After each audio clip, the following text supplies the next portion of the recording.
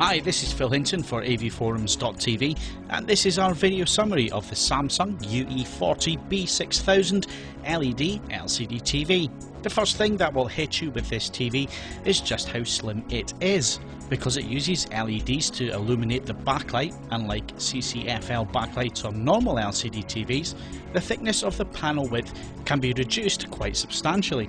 And the design of the TV is also very fetching, with Samsung's crystal TV look that has a touch of light ruby colour towards the edges of the bezel. The tabletop stand that is included with the TV out of the box continues this design with a see-through panel holder. So even though the panel is so slim, it's still a TV with Freeview and analog tuners built in. But let's be clear, you don't watch TV because it's slim though, do you? After all, with this new technology and design, image quality as always will make or break this TV. Around the back we have 4 HDMI connections. However, there have been some changes for hooking up devices using SCART or component cables. Samsung do not have any physical SCART or RCA type plugs available on the back of the TV. Instead, they use breakout cables which plug into the set using a 3.5mm jack at the TV end, with female connectors of the SCART or component inputs at the other. This is quite a unique approach to solving this particular issue, although the actual breakout cables are not the highest quality items we have ever seen. There's also a USB port for connecting a hard drive, iPod or digital camera, and the inbuilt media player will allow you to play back photos and music files through the TV. However, I also have to point out at this stage that the built-in speakers on this TV are just not up to the job. They sound tinny and abrasive with plenty of distortion, so an outboard home cinema amplifier and speakers really are a must. Rounding off the package we have the TV remote, which is a rather large piece of black plastic. All the controls are well laid out in a somewhat logical manner, but there are some function buttons that do feel out of place, like the EPG button placed near the bottom of the remote.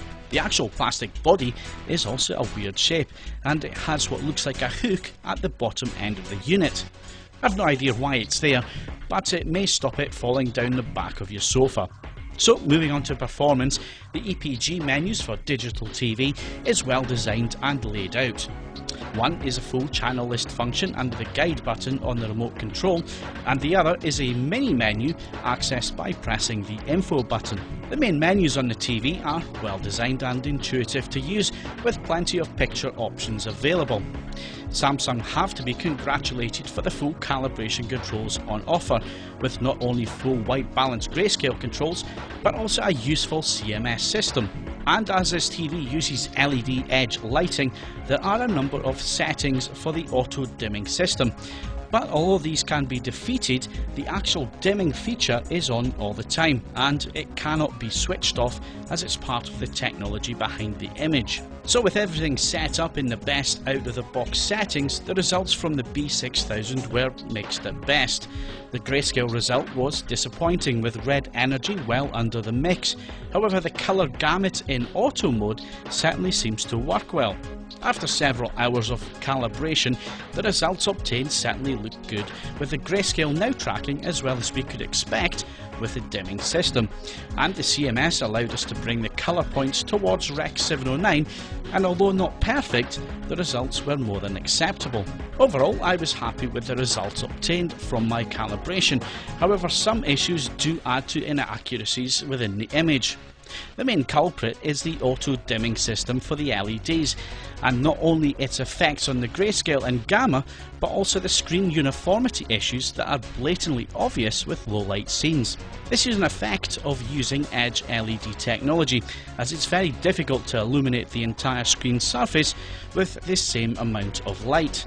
As you can see here, with this sweep from 0 to 30 IRE, that's complete black to 30% luminance.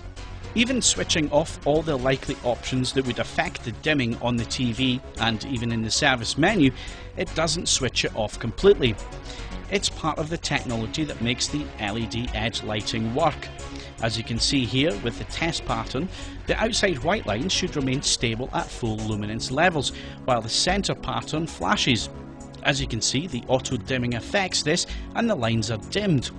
Moving to our calibrated settings also introduced a very strange effect with the colour points we had set correctly. It would appear that the amount of fluctuations with the luminance and gamma, the images also introduce issues with colour balance. Skin tones that should now be natural and well resolved still appear to be oversaturated and red in appearance. And even colours like the yellow bass in the Dark Knight are too strong and look over-processed. Indeed, even though we attained the calibration results in the graphs we've shown you, the actual on-screen performance of the set seems to either completely bypass them in real time, or more likely, the TV with all its trickery and processing lacks a uniform ability to resolve colour energy at the correct levels. This is very strange. At the end of this scene, with the buses, there is a change to a dark scene.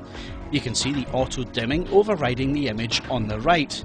This is also shown again as the man walks away from the car, the luminance rises and the gamma is also affected. So does this affect the on-screen images to an extent that will ruin the picture quality? Well, that all depends on the individual and what they want to obtain from their LCD TV images.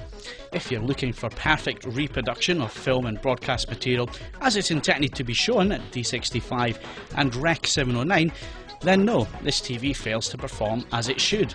However, being honest, I'm sure that the slim design, vibrant and occasionally slightly overcooked images, along with good picture processing and scaling, will mean that the B6000 finds quite a few new homes. Its pushed colour performance and black levels in a bright living room might not be as obvious or critical for those who just want a nice looking TV with a bright picture. In terms of uniformity, colour balance and intensity issues, along with the auto dimming gamma and blacklight cheating, I just can't bring myself to recommend this for enthusiasts or videophiles who want the very best images at home for critical viewing. In terms of performance against other LCD TVs, the B6000 stands up in an acceptable manner for comparative picture quality, with good SD quality in terms of scaling and looks sublime in terms of design. So it's a mixed bag and certainly a screen to divide opinions. And that wraps up our video summary of the UE40B6000 from Samsung, and thanks to directtvs.co.uk for supplying the review sample. You can read the full review by pointing your browsers to avforums.com/reviews. Thanks for watching.